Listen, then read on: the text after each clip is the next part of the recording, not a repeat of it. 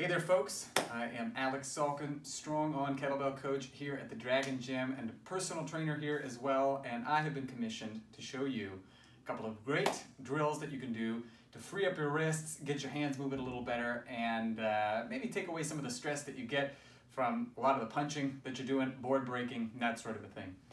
We use our hands for practically everything. I mean, from the mundane, like holding onto your steering wheel and typing, to a little bit more extreme stuff like lifting the heaviest weights we possibly can and hitting things as hard as we can. So the wrists can often take quite a beating, and here are a couple of things that you can do to relieve some of the stress that you're going to get on the joint, get them feeling and moving a little bit better, and get you back out there lifting heavy and hitting hard. So number one, the forearms here are one of the best places to start. One of the things I recommend, and this is going to also kind of double as a little bit of a shoulder stretch, is you're going to reach behind you with a nice big chest. You only want to go as far as you can until you feel a very slight stretch in the shoulder. You don't want to overdo it. And from here, what you'll do is you're going to tap your fingers a little bit.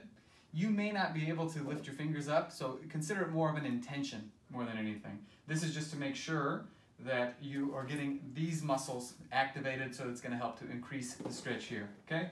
If you can't do it at all, just staying in this position is going to be more than enough. Give it about 60 seconds or so. You're going to slowly come on out of it. You're probably going to feel very, very opened up in here, like somebody's really taken a can opener to it. From there, what we're going to do is we're going to do another couple of moves that are going to help to get the hands moving a little better, free some stuff up around here, okay? So number one is you're going to be on all fours right here with your fingers, your pointer finger pointing straight forward, and you're going to come up onto your fingers like so. Now you may only get maybe a couple centimeters, not even that. It's perfectly fine, because if that's all you've got, that's all you need, all right? So if you can get a little higher, you go a little higher, just like this. We'll do this for maybe 10 or 15 reps.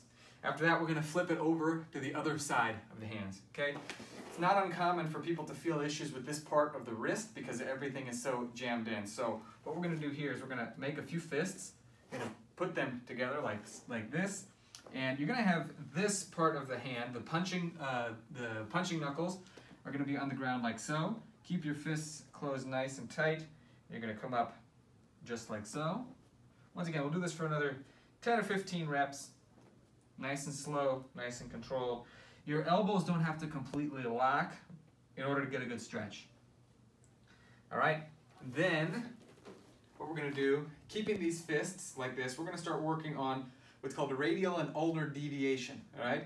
So what this is going to do is this is going to help open up the wrist from the sides, which is probably the most ignored part of it all, right? Now from here, what you're going to do is you're going to point this part of the thumb, this knuckle, toward the ground. It doesn't have to touch the ground. If it can, great. If not, not a problem. Roll back onto the pinky. And go back and forth, just like so. Once again, for about another 10 or 15 reps. Finally, another great option to get the wrist moving around a little bit more in the joint is you put one hand on the ground like this, the other one here. You're going to pull as if you're trying to pull your hand off the ground, and this hand is simply preventing it, okay? Show you on the other side, this hand pushes down, this one's going to try to pull up, and you're going to resist, just like so.